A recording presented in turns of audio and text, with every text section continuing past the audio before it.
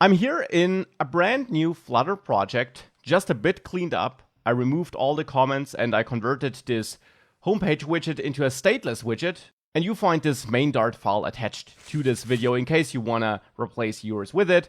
I have no other widgets in this project right now. I haven't added any custom widgets. I haven't added anything. This is my basic setup. And now the goal is to get started, and we'll basically build this application as I just sketched it out, and we'll add new widgets as we need them, or dive into the widgets Flutter gives us as we need them. Now, what will we need to build this application? Remember that we had this chart area at the top, and below that we had a list of our transactions. So what we certainly have is at least two widgets sit next or above each other. We have that chart, and below that a list of transactions. That list, of course, also means that we have more than one item in there, but we can take care about that in a separate step. For the moment, let's start basic, and let's make sure that therefore on the body of our scaffold here, which is rendering that page of our app, that there we have a column, because we will have two items in there. Hence, we should add the children key here to the column, and in there, I want to have these, as I said, two areas. Now, for the moment, I'll add a card here, and card is a built-in widget, which is this pre-styled container I mentioned earlier. I'll add a card here to later hold my chart. For the moment, the child which I add in the card, so the widget that is wrapped by that pre-styled container, that will be a text widget where I say chart, simply as a placeholder, of course. We'll add a real chart there later. Now, below that card, I want to have that list of transactions. So for now, let's add another card here where we say list of TX for transactions simply. Let's save that and let's see if that works. And for that, I'll start my app in without debugging. So I pressed the shortcut for this option here, start without debugging. And I want to see whether that works. So let's wait for that to build and launch. And with this launch, this is what we get. You might barely be able to see the card effect here. If you watch really close on your own screen, probably, you see that the text is inside of a tiny container with a white background and a little drop shadow there. So this is certainly not the final look you want here, but at least we have two widgets sit on top of each other.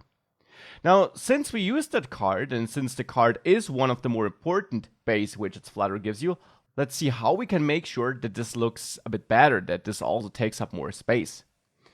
And for that here, let's press Control Space and see what we can configure on the card. We could set the color, the background color. We can also set the elevation, which simply is a double, which controls how strong that drop shadow is. We can also add a margin, which adds some space around it. And the other fields here aren't that helpful to us right now.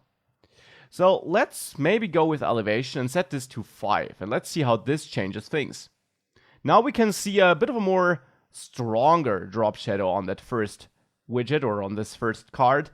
But what we haven't changed at all is the size. For this, you have to know that the card by default assumes the size of its child. So if we want to change the size of that card here, then we need to change the size of the child. Now, text, on the other hand, is a widget which by default only takes as much space as this text needs. And if you want to change the size of text, you need to change the size of its parent. So what can we do here? Since this card depends on the child and this text depends on the parent, we have a dependency which is kind of hard to break, right? How can we increase the overall size of the card? There are two ways of breaking that. One is that we wrap that text with a widget where we can set a size. We can do that with the refactoring shortcut, which you can find in the key bindings in case you forgot it. And there we can wrap the text with a container, because container is the most universal styling, positioning, sizing widget you have. With a container, you can control almost anything when it comes to how something is sized or how something is aligned and styled, at least if we talk about things like background colors and so on. And therefore, once I wrap the text with a container, we can use the fact that on the container we can set a width. We could set this to 100, and this means the container will now have the width of 100 device pixels, which is a unit that always gives us the same size even on differently sized phones or devices. So now we can see that this container is a bit bigger. This becomes even clearer if I give that card a color, which is the background color, of, let's say, blue. If we do that, then we see it more clearly. So we can change the size of the card by increasing the size, or in this case, the width of the child, because now the child is a container. The direct child of the card is a container. On that, we can set the width, and therefore, we make sure that the card no longer depends on the width of this text, which is just as big as it needs to be, but instead on the width of the container, which we can control. You could also set this to double dot infinity, which is a special value, which means take as much width as you can get. And here this means the container will take the entire width of the device, since there is no other surrounding element or widget around our card that would restrict the overall width the card can take. So that is how we could break this. Another option would be that we don't wrap our text here in a container, but the card. Again, with the refactoring tool, we can add a container around card. And now here we can also set the width to double infinity, for example. If we do that, we also have a card that takes the entire width. And that has one important implication. The important implication is that card by default depends on the size of its child, unless you have a parent for card, like container, which has its own clearly defined width.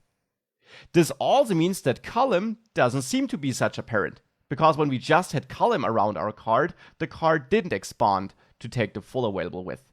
And indeed, column is a widget which only takes as much width as its children need.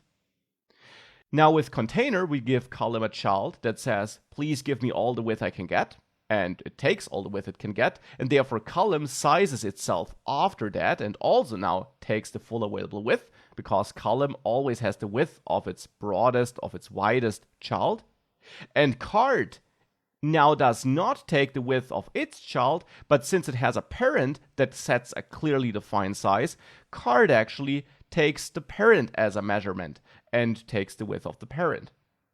Now, when you hear something like this the first time, it sounds like something that is incredibly hard to learn, because it sounds like you have to remember all these combinations by heart.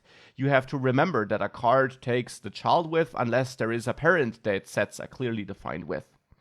Now, two important points here. For one, you have the official docs, and things like that are typically noted in there. So you can take the official docs to learn how widgets behave regarding their size.